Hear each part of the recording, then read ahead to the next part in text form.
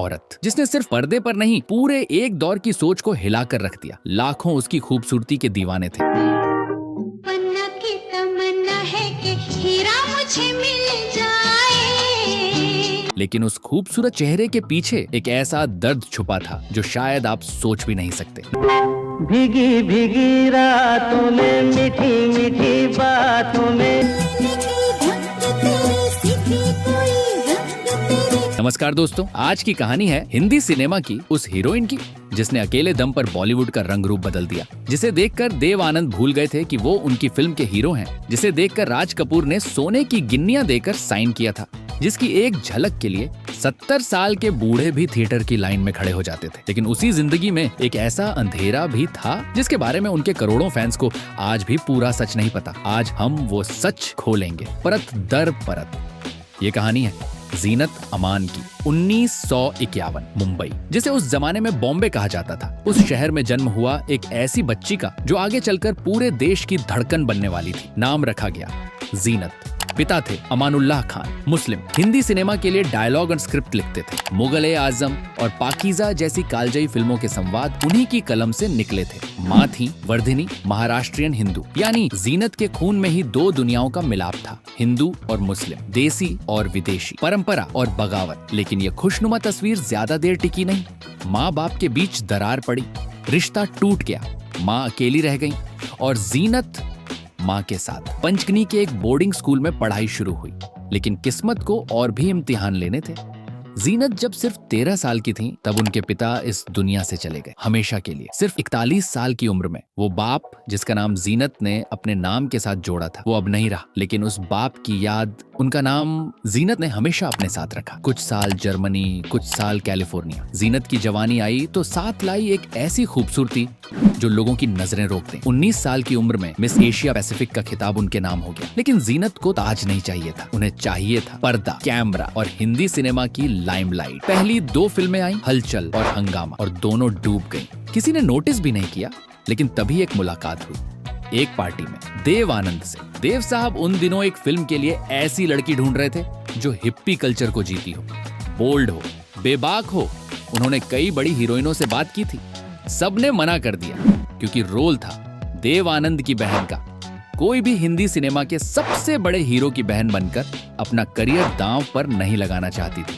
1000 में मेरी बहना है। लेकिन जीनत ने हाँ कह दी और वो फिल्म थी हरे रामा हरे कृष्णा। नेपाल की वादियों में शूट हुई, 1971 में रिलीज हुई।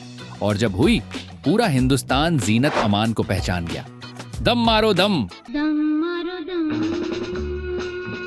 वो गाना जिसे ऑल इंडिया रेडियो ने बैन कर दिया, और जितना बैन हुआ उतना और मशहूर हो गया। पहली ही बड़ी फिल्म में Filmfare best supporting actress award Zeenat Aman का सितारा चमक उठा था। इसके बाद जो हुआ वो हिंदी सिनेमा का इतिहास है। यादों की बारात में चुरा लिया है तुमने जो दिल को गाया, रोटी कपड़ा और मकान में हाय हाय ये मजबूरी, और फिर आई डॉन, जहां पहली बार जीनत एक्शन करते नजर आई, और the great gambler Amitabh Bachchan के साथ। उस दौर के हर बड़े नाम के साथ जीनत थी। देव आनंद, धर्मेंद्र, राजेश खन्ना, अमिताभ बच्चन, शशि कपूर। जीनत अमान बॉलीवुड की सबसे महंगी हीरोइन बन चुकी थी।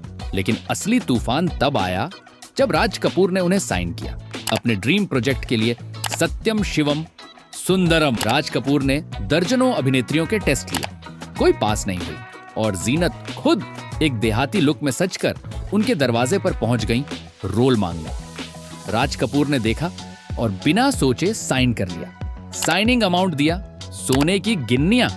फिल्म रिलीज हुई तो जितनी तारीफ बटोरी उतनी ही आग भी लगाई।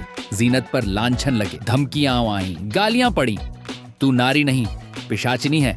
गांव में एक एक के दरवाजे पे माथा टेक चुका है पंडित, पर कौन ब्याह के ले जाएगा इस मनहूस को। लेकिन जीनत झुकी नहीं, क्योंकि असल तूफान तो उनकी निजी जिंदगी में आने वाला था। 1978 फिल्म थी अब्दुल्ला, हीरो था संजय खान, फिरोज खान का छोटा भाई, खूबसूरत, करिश्माएं और पहले से शादीशुदा, 3 बच्चों का बाप।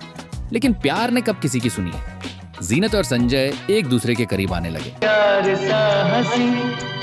चांद ने कहा। 30 दिसंबर 1978 को दोनों ने चुपचाप शादी कर ली, होटल के एक कमरे में। किसी को पता नहीं था, लेकिन यह राज ज्यादा दिन राज नहीं रहा और जब खुला तो बॉलीवुड हिल गया, क्योंकि संजय खान ने कभी इस शादी को स्वीकार नहीं किया। जीनत ने बरसों बाद एक इंटरव्यू में कहा था, मैं बहुत अनुभवहीन थी, कमजोर थी, ये बस कुछ हफ्तों का पागलपन था। और फिर आई वो रात जिसे याद करके आज भी रूह कांप जाती है। जीनत लोनावला में शूटिंग कर रही थी। संजय का फोन आया, मुंबई आओ। जीनत आई। होटल के एक कमरे में संजय शराब के नशे में। और फिर जो हुआ वो किसी दरिंदगी से कम नहीं था। संजय खान ने जीनत को इतनी बेरहमी से पीटा कि चेहरे की हड्डियां टूट गईं, एक आंख को स्थायी नुकसान पहुंचा, पसलियां टूट गईं। होटल के कर्मचारियों ने जब दरवाजा तोड़ा तो जो उन्होंने देखा वो देखा नहीं गया। जीनत कई महीने अस्पताल में रही और जानते हैं सबसे दर्दनाक बात, जीनत ने संजय खान के खिलाफ कोई रिपोर्ट नहीं लिखाई, क्योंकि वो उससे प्यार करती थी। टूटी हुई जीनत को चाहिए था एक सहारा, और तभी उनकी जिंदगी में आए मजहर खान, बॉलीवुड के सबसे असफल अभिनेता, जिनकी हर फिल्म फ्लॉप, जो पहले 2 शादियां तोड़ चुके थे, जिनके पास न करियर था न स्थिरता। दुनिया हैरान थी, जीनत की माँ हैरान थी, इतनी हैरान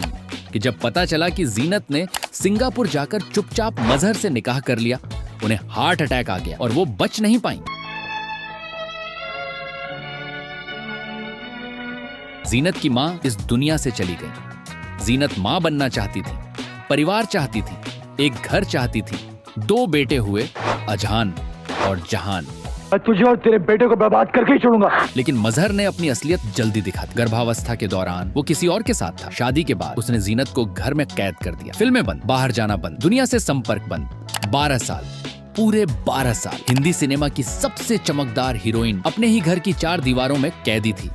जीनत ने बाद में एक इंटरव्यू में कहा था, मैं 12 साल उस रिश्ते को संभालने की कोशिश करती रही। सफर के उस पार मेरे लिए आशा की कोई किरण नहीं थी।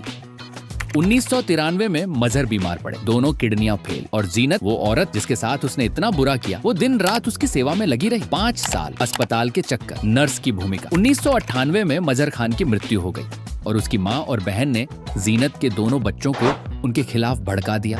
कहा कि तुम्हारे पिता की मौत की जिम्मेदार तुम्हारी माँ है। जीनत अकेली हो गई पूरी तरह, लेकिन जीनत अमान टूटी नहीं।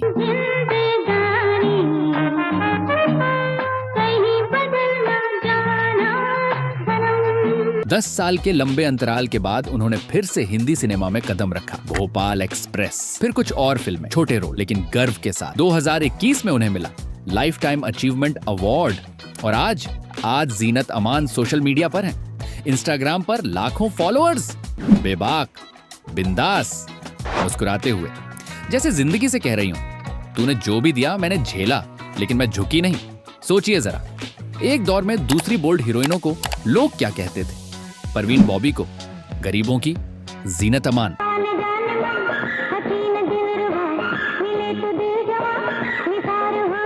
सारिका को जीनत अमान 2। प्यार का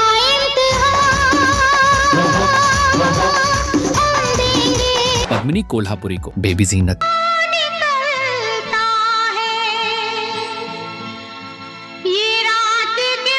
बिपाशा बासु को न्यू जनरेशन जीनत अमान। यही है असली लीगेसी, जब आपका नाम एक पैमाना बन जाए, एक मानक बन जाए, एक पूरे युग का प्रतीक बन जाए। जीनत अमान ने हिंदी सिनेमा को वेस्टर्न ग्लैमर दिया, बोल्डनेस को एक नई परिभाषा दी, और यह साबित कर दिया कि खूबसूरती सिर्फ चेहरे की नहीं होती, वो हिम्मत की भी होती है। दोस्तों, जीनत अमान की कहानी हमें एक बात सिखाती है, जिंदगी आपको तोड़ने की हर कोशिश करती है, कभी प्यार के नाम पर, कभी रिश्तों के नाम पर, कभी धोखे के नाम पर, लेकिन जो इंसान टूटकर भी उठ खड़ा होता है वही इतिहास में याद रहता है। जीनत अमान तब भी जीनत अमान थी, आज भी हैं और हमेशा रहेंगी। तो दोस्तों, अगर यह कहानी आपके दिल को छू गई हो, इस वीडियो को लाइक करें, चैनल को सब्सक्राइब करें और कमेंट में बताएं जीनत अमान की जिंदगी की कौन सी बात ने आपको सबसे ज्यादा हिला दिया। हम आपके जवाब का इंतजार करेंगे।